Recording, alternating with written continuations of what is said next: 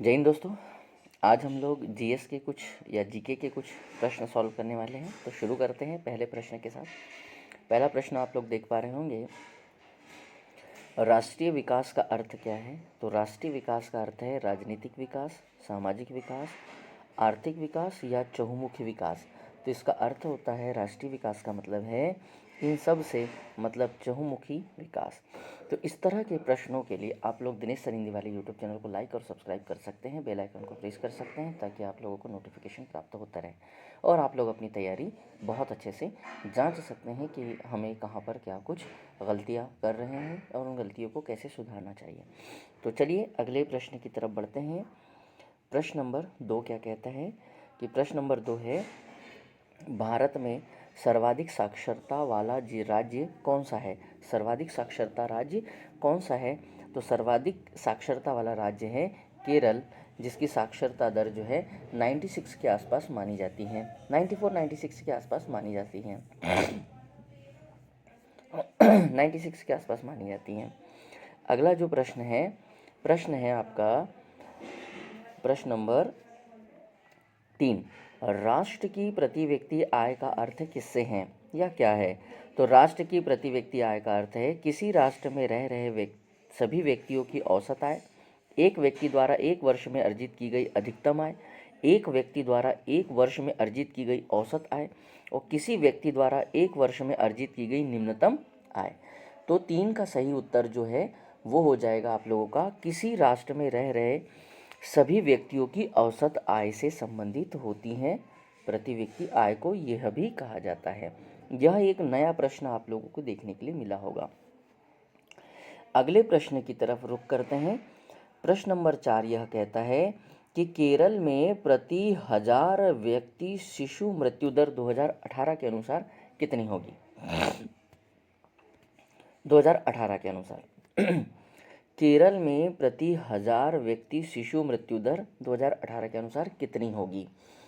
4 का सही अगर उत्तर देखा जाए तो वो हो जाएगा आपका 7 प्रति 1000, मतलब 7 बच्चों की मृत्यु प्रति 1000 बच्चों में से वो देखा जाता है जन्म से लेकर 1 वर्ष तक के बीच में। ठीक है, उसको कहा जाता है शिशु मृत्यु दर। अगले प्रश्न की तरफ रुख करते हैं। अगला प्रश्न जो है 5वां प्रश्न यह कहता है कि भारत में सबसे कम साक्षरता दर कहाँ पर है। सबसे कम साक्षरता दर तो यह जो है वो है बिहार में। कहाँ पर है बेटा सबसे कम साक्षरता दर? बिहार में है। अगले प्रश्न की तरफ चलते हैं। अगला प्रश्न जो है वो है इकोनॉमी का ही। कहा जाता है कि सार्वजनिक और निजी क्षेत्र आधार पर विभाजित है। किस चीज़ के आधार पर विभाजित किया जाता है क्षेत्र को, ऐसा पूछा गया है।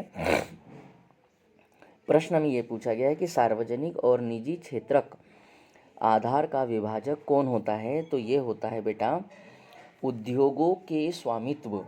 कौन होता है? इसका सही उत्तर क्या है? उद्योगों के स्वामित्व। उद्योगों के स्वामित्व के आधार पर देखा जाता है कि सार्वजनिक और निजी क्षेत्रक कौन कौन से हैं। अगले प्रश्न की तरफ रुख करते हैं। प्रश्न बहुत अच्छे होंगे, आप लोगों के काम वाले प्रश्न होंगे।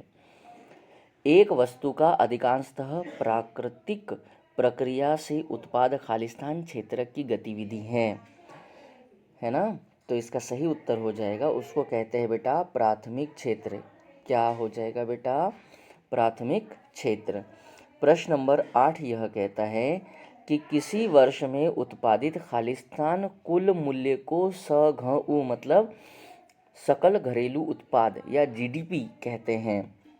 सभी वस्तुओं और सेवाओं, सभी अंतिम वस्तुओं और सेवाओं, सभी मध्यवर्ती वस्तुओं और सेवाएं, सभी मध्यवर्ती एवं अंतिम वस्तुओं और सेवाएं। तो 8 का जो सही उत्तर हो जाएगा वो हो जाएगा बेटा आपका सभी अंतिम वस्तु और सेवाएं। ये हो गया। और आज का अंतिम और महत्वपूर्ण प्रश्न, सकल घरेलू उत्पाद के पदों में वर्ष 2013-14 के बीच तृतीय क्षेत्र की हिस्सेदारी का प्रतिशत कितना रहा है। तो इसका प्रतिशत रहा है बेटा 50 से 60%। कितना रहा है? 50 से 60%।